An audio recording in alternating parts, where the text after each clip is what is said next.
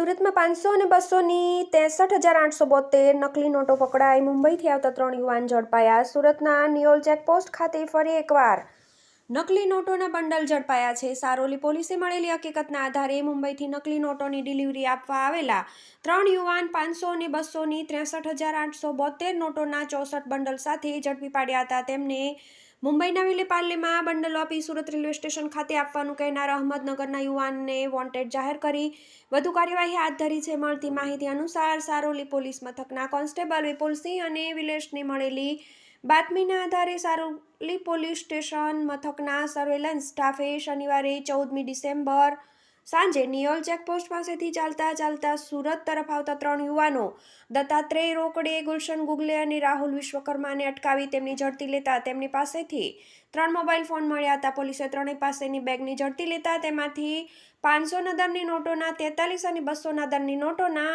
21 bundle મળ્યા હતા.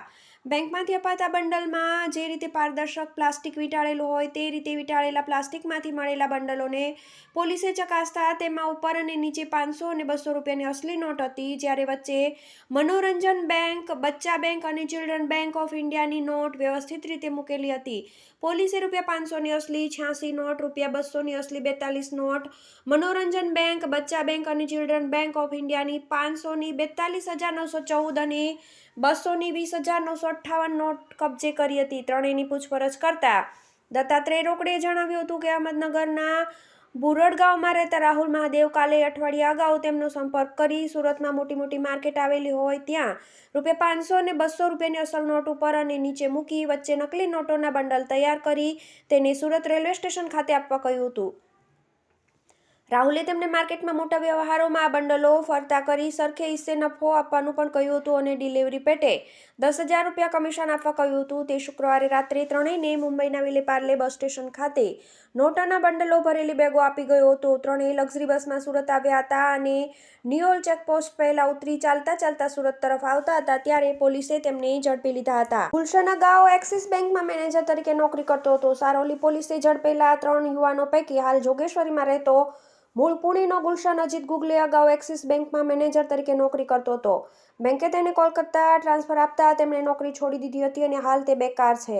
કમિશનની લાલચમાં તે અહીં આવ્યો હતો. અગાઉ પણ એક યુવાન 500ના 4 બંડલ સાથે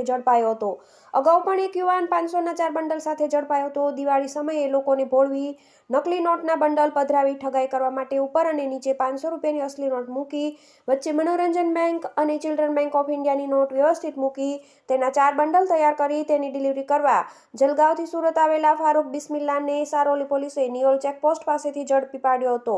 તેની પાસે બંડલની ડિલિવરી લેવા આંધ્રપ્રદેશના એલુરથી આવેલા બેકાર યુવાન મનોહર અક્કલાને રેલવે સ્ટેશન પાસેથી 6 ઓક્ટોબરે ઝડપી લીધો હતો. TV18 news, Surat.